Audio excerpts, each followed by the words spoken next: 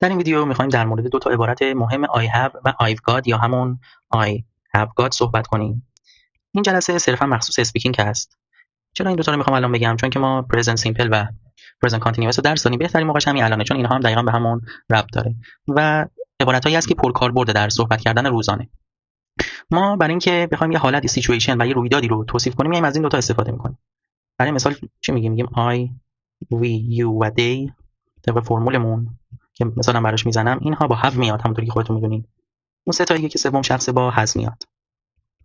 he she و it. حالا اینا ضمیراشه، اسمش هم که گفتیم فرقی نداره. اینا با has میاد.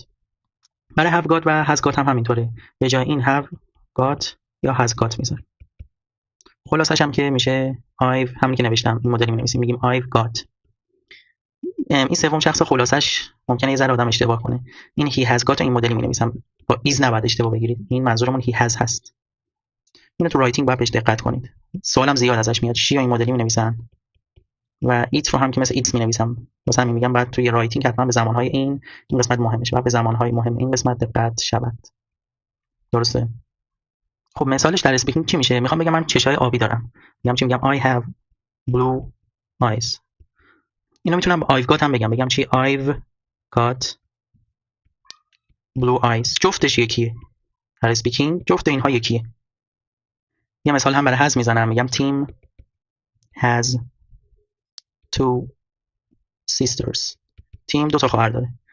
این رو با has گفتم. با گاتش هم بگم Tim has got two sisters. همه این عبارت بالا. این دو تا هم کاملا یکیه. حالا این عبارت گات رو در محاوره یا هم اسلنگ خودمون اینو میگم گرامریش درستش اینطوریه، یعنی has got. این hasش رو حذف میکنم، میگم تیم گات. اگر اینم شنیدید این درسته. این خیلی الان روتینه، اکثرا این مدلی میگن. مگر اینکه برنامه رادیویی باشه، اخبار باشه، اون به شکل درستش تلفظ کنم بگم has got. ولی اگر کسی گفت تیم گات این به صورت اسلنگ درست هست. جای دیدی تعجب نکنید. برای منفی کردن میایم از not استفاده میکنیم. don't نداریم. قدیم گفتم. یعنی چی؟ میگم به راحتی میگم I have not و بقیه عبارتون. برای سوالی کردنش هم میایم جای فاعل رو با این وربمون عوض میکنیم. چه شکلی؟ مثال میزنم، میگم have you got. فاعلمون you بود، جاشو با have عوض کردم. این شد سوالیش. به همین راحتی. اینم قدیم گفته بودم. خب این از شکل ساده، شکل پرکاربردتر و امتحانی ترش هم با دوه. این فعل دو have ما با هم زیاد استفاده میکنیم. یعنی مثلا من چی میگم I don't have. دیگه این جمله نگاتیو یا منفی هست. دیگه ناتی ما نداریم. نات میاد توی دو قرار میگیره. یعنی با have ما نمیگیم do not یا همون don't خودمون. نحوه سوالیش هم جای برای سوالی کردن جای ورب اصلی که have بود دیگه عوض نمیشه. دیگر با فاعل عوض نمیشود. چرا؟ چون کلمه سوالی داریم دیگه. دو خودش سوالی.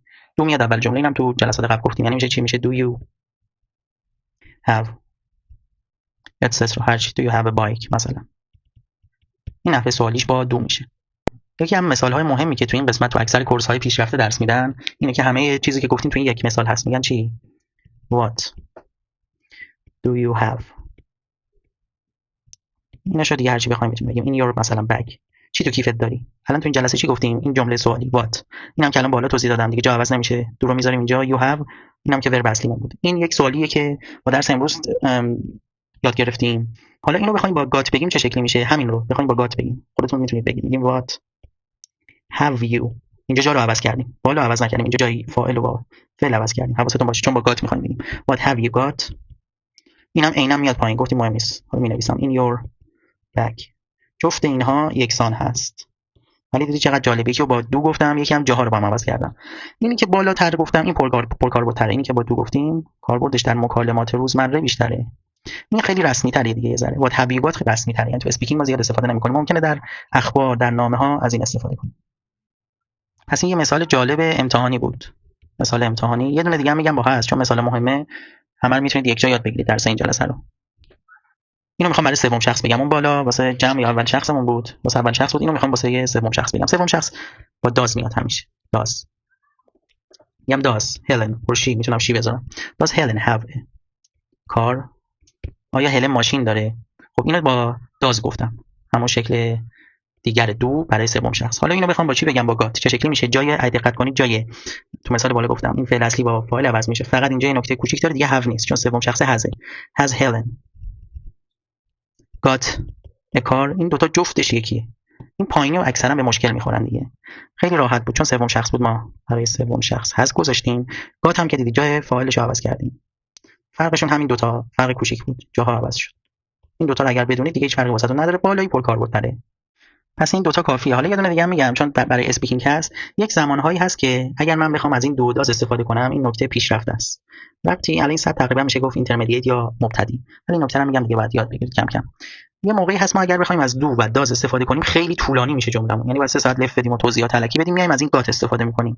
تو سطح ادوانس من تو ویدیوهای قبلی گفتم، فکر کنم تو اون یکی چیز هست، کانال علی اکادمی هست، اونجا ویدیوش هست که گفتم گات رو اگه یادتون باشه، اگه دیده باشید ما میگیم آی گات یو، همه چی رو میتونیم با این توضیح بدیم. یه مثال میزنم که خوب بفهمید. میگیم چی؟ با داز میخوام میگم it doesn't have a garden. باغ نداره. یه خونه دیدم میگم it doesn't have a garden. باغ و باغچه اینا نداره. اینو من میخوام با گات بگم خیلی سریع میتونم بگم چی؟ چون سوم شخصه با has میگم it hasn't got a garden. این تو دهن خیلی سریع‌تره، مدل دومی و تندتر میچرخه. it hasn't got a garden با بالایی. پس برای جملات کوتاه و سریع‌تر ما میایم از این گات استفاده میکنیم. این نکته ادوانس بود. پس این جلسه تا اینجا کافیه. جلسه بعد وازوور رو میخوام توضیح بدم. اگه خواستین زودتر یه چیزایی ببینید و تحقیق کنید، ما در مورد وازوور واسه جلسه بعد صحبت کنیم. امیدوارم از این ویدیو خوشتون اومده باشه. لایک و سابسکرایب یادتون نره. خیلی ممنون.